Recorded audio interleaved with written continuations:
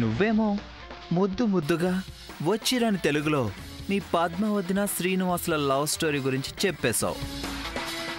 నాకు ఎంత పెద్ద హెల్ప్ చేసావో తెలుసా baby? I'm so lucky and you are so stupid. How can you? How could you?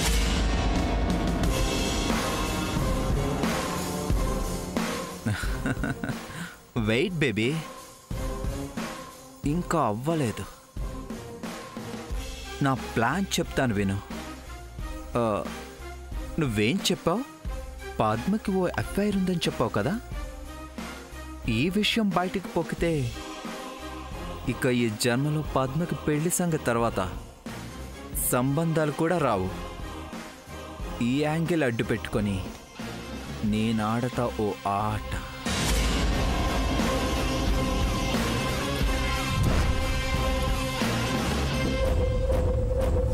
Vajrapati ఐశ్వర్యానికి తాళం చెవి, I mean key.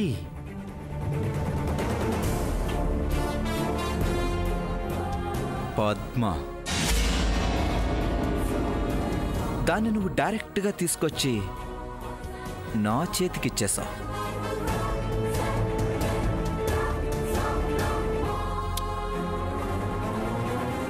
Thank you baby.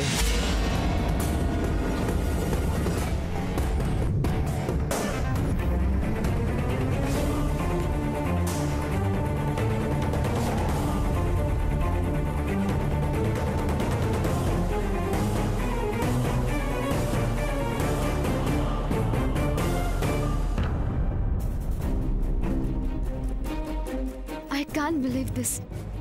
I really can't believe this. ఇప్పుడే వెళ్ళి అందరికీ వీడి విషయం ఇప్పుడే చెప్పేస్తాను.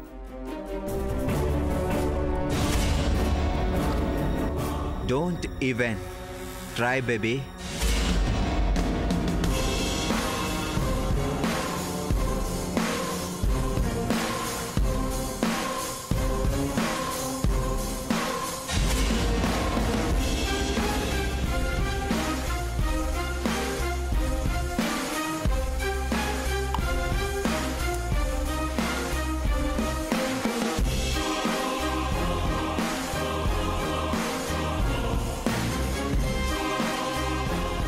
అంత కష్టపడకు.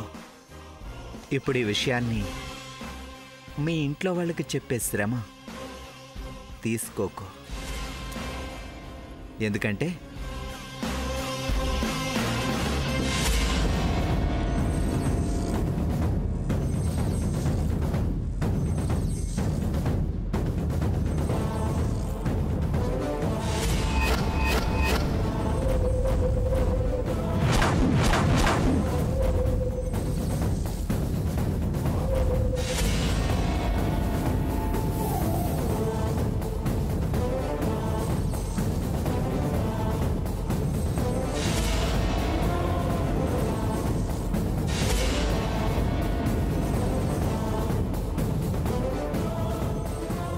అయినా మీ అమ్మాయిలు మరీ ఇంత అమాయకులేంటి? కాస్త నవ్వినా పొగిడినా లటుక్కున బుట్లో పడిపోతారు. అందుకే నాకు ఆడవాళ్ళంటే చాలా ఇష్టం. తెలుగులో ఒక సామెత ఉంది, గొర్రె కసాయి వాణ్ణి నమ్ముతుందని. మీరు మగవాళ్ళ వలలో చాలా చక్కగా స్మూత్గా పడిపోతారు. Because womens are fools, emotional fools. అందుకే నేను మగవాళ్ళు ఆఫీస్కి వెళ్ళాకే వచ్చాను. మీ ఇంట్లో ఆడవాళ్ళందరినీ నమ్మించేశాను, పద్మతో సహా.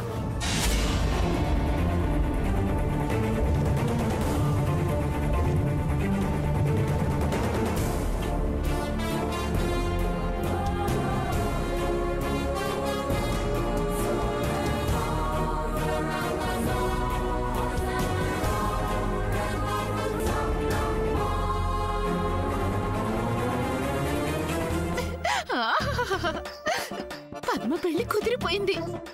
ఇక తర్వాత నా సూర్యశ్యాముల పెళ్ళే. ఒక్కసారి నా కోడలొచ్చేసిందా ఇక నేను నేల మీద నడవను. నా కలలు నిజమవ్వబోతున్నాయి. ఈ ఇంట్లో నా శకం ఆరంభమవబోతోంది. ఈ వజ్రపాటి జయంతి నాగేశ్వరరావు ఈ ఇంటి మీద రాజ్యం చేయబోతోంది. మామూలు రాజ్యం కాదు, ఇష్టారాజ్యం. నేను ఆడిందే డాన్సు, పాడిందే సాంగ్, చెప్పిందే రూలు. పండక్కి పట్టుబట్టలు కాదు, అందరికీ స్లిమ్ ఫిట్ జీన్స్ కొనిస్తా.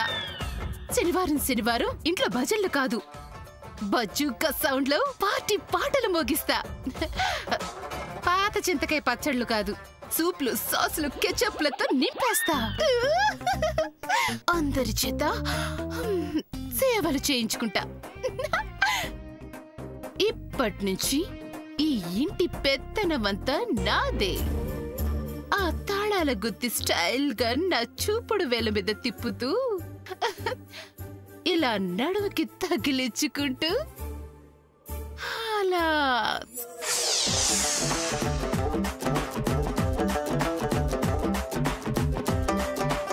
పంతానికి పోయి ఊర్లో వాళ్ళందరికీ వెండి కుంకుమ పనులు పంచావు కదా, ఇప్పుడు చూడు మన పరిస్థితి ఏమైందో.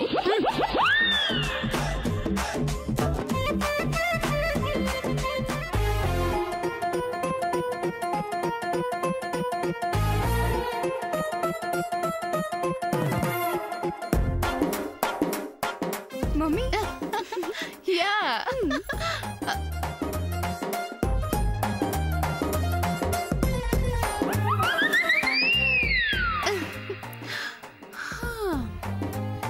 Lily?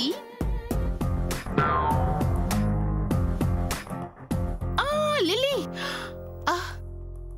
Lily? Oh my God! ఇక్కడ మరకపోలేదు. ఏంటో కళ్ళు తలపెట్టిన కనిపించేసింది. నీ కళ్ళు చాలా షార్ప్. Thank you darling. కొంచెం తుడిచేయండి. అలాగేనమ్మా. నిన్న ఏదో టీ పోసినట్టున్నా, మరకలన్నీ సరిగ్గా పోనివ్వండి. ఇల్లంతా తళతళ మెరిసిపోవాలి. ఏమాత్రం దుమ్మున్నా జయంతికి అస్సలు పడదు. నాకు అసలు డస్ట్ అలర్జీ.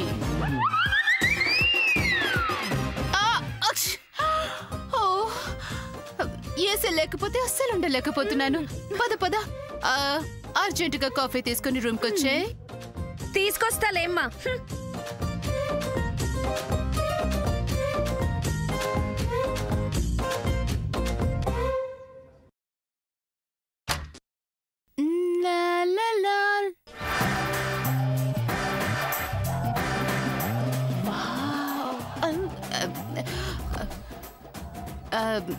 ఇంత నీట్గానా? ఇంత నీటా? Very bad.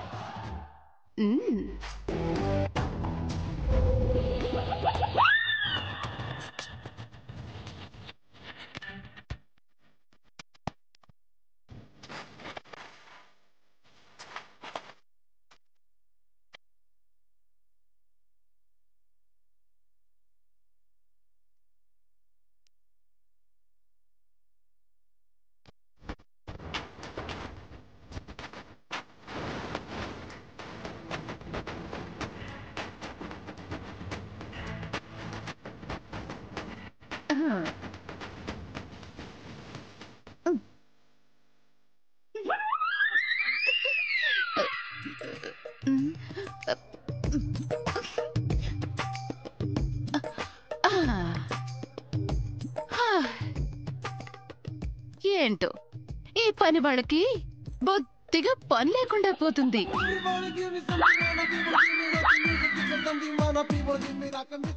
రాజశ్రీ, అమ్మ రాజీ. ఏంటమ్మా?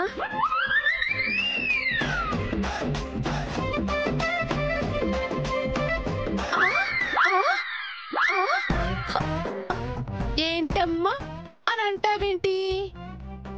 ఇది అసలు ఇల్లేనా? కళ్ళేవైనా నెత్తికెక్కాయా?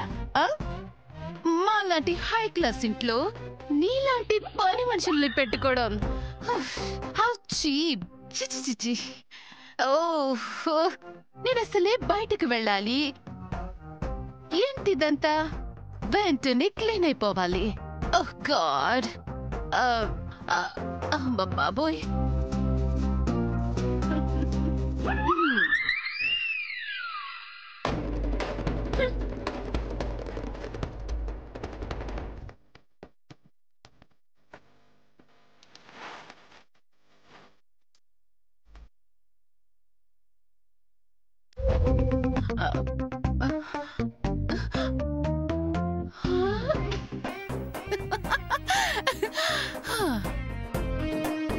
ఇది వజ్రపాటి జయంతి భవిష్యత్.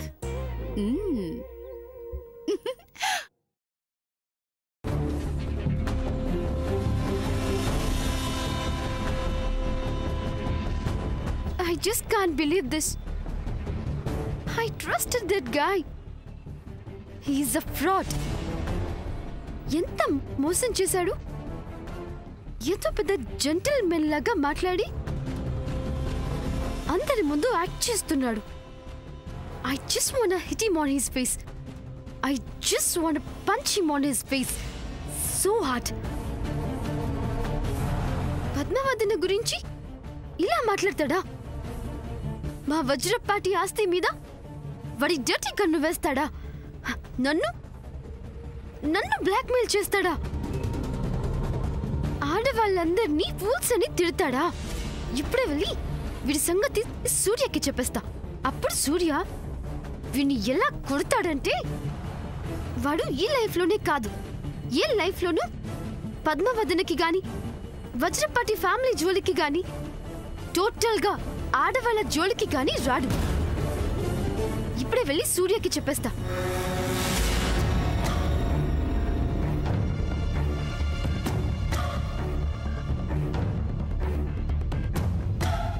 కానీ సూర్య నమ్ముతాడా? నేను శ్రీనివాస్తో టచ్లో ఉన్నాను అంటే అసలు ముందు నన్ను కొట్టకుండా ఉంటాడా? అసలే లాస్ట్ టైం ఈ విషయంలోనే తప్పు చేశాను. ఇప్పుడు ఇది చెప్తే నమ్ముతాడా? What if he hates me? I hate you. I hate you. I hate you. I hate you. సూర్య నన్ను హేట్ చేస్తే నేను తట్టుకోలేను. కానీ తప్పదు. సూర్య నన్ను హేట్ చేసినా సరే పద్మావతి నా మంచి కోసం సూర్యకి మనోజ్ గురించి అంతా చెప్పేయాలి.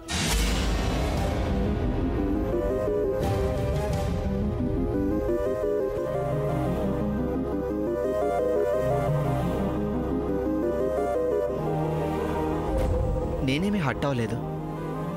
క్షమాపణలు చెప్పే తప్పేమీ మీరు చేయలేదు. ఈ కొద్ది సమయంలో మీతో ఉండి నేను అర్థం చేసుకున్నది ఏంటంటే మీరు పెద్దవాళ్ల మాట వినే అమ్మాయి అని. అందుకే మీ డెసిషన్ ఏంటి అని సెపరేట్గా అడిగి ఇబ్బంది పెట్టదలుచుకోలేదు. Looking forward to a beautiful life with you. Beautiful life with beautiful life with you.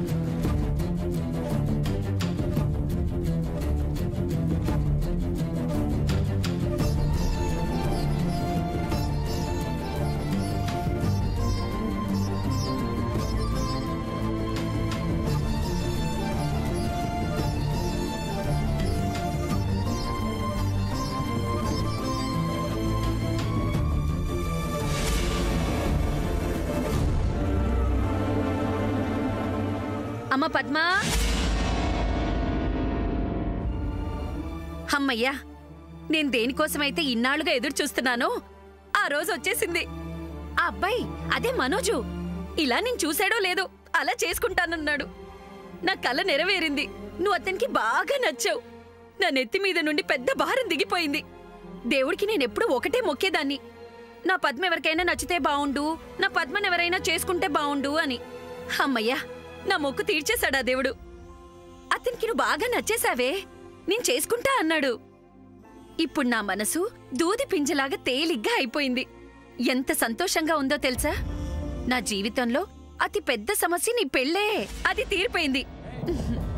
ఇదిగో పద్మ, ఎప్పుడిలా మొద్దులా సైలెంట్ గా ఉండకుండా కాస్త గ్లామర్ మెయింటైన్ చెయ్యి. ఆ అబ్బాయి చాలా స్మార్ట్ గా ఉన్నాడు. చలాకీగా ఉండేవాళ్ళంటే అబ్బాయి చాలా ఇష్టమట. బావుండమ్మా.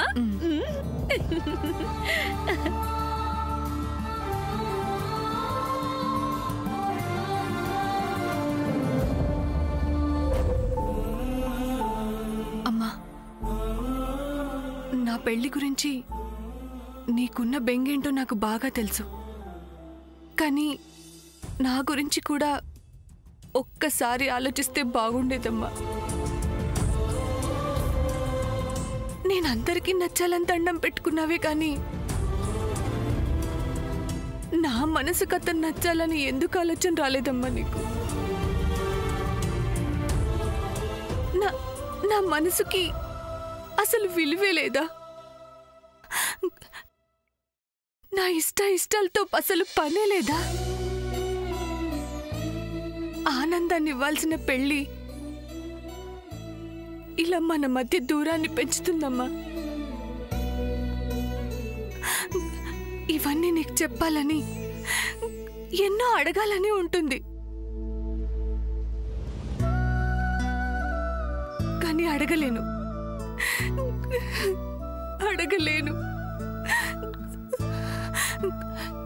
ఇలా అడిగితే నువ్వు ఎంత బాధపడతావో నాకు తెలుసు, ఎంత నొచ్చుకుంటావో కూడా నాకు తెలుసు.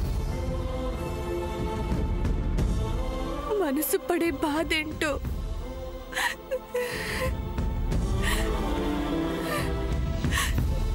బాధపడే మనసుకే తెలుసమ్మా.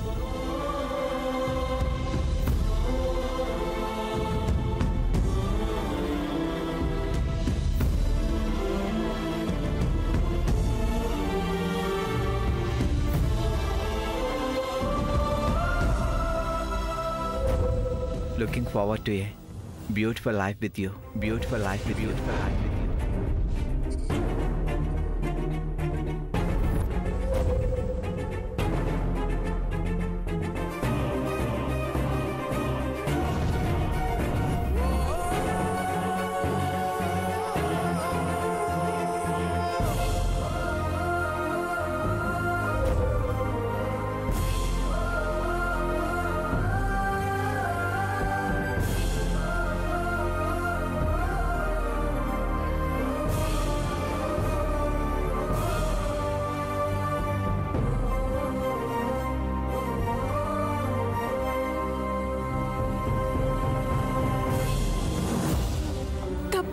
నాదే. నాకు మనసిచ్చే హక్కు లేదు, కలలు కనే హక్కు కూడా లేదు. అంతా తెలిసి నేనెందుకు ప్రేమించాను? ఎంత ప్రయత్నించినా శ్రీనివాస్ని మర్చిపోలేకపోతున్నాను.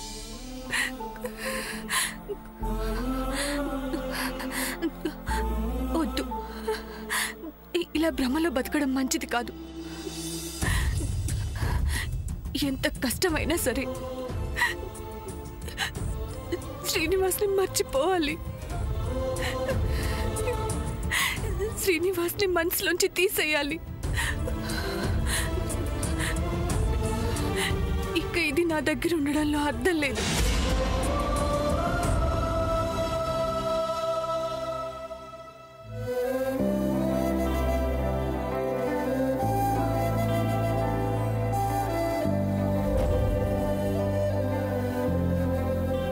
నేను అతనికి నచ్చాను.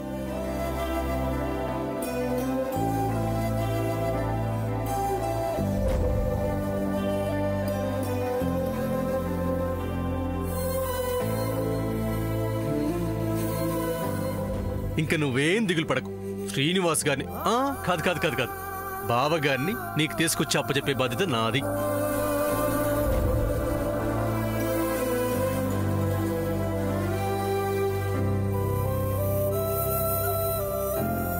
పద్మని పెళ్లి చేసుకుందాం అనుకుంటున్నాను. ఇతను రావటం, పద్మక్క తనకు నచ్చింది అని చెప్పటం, దాదాపు సంబంధం ఖాయం అయిపోయేలాగా ఉండటం, అన్నీ చకచక జరిగిపోతున్నాయి. ఇంతకీ పద్మకి ఇతను నచ్చాడో లేదో?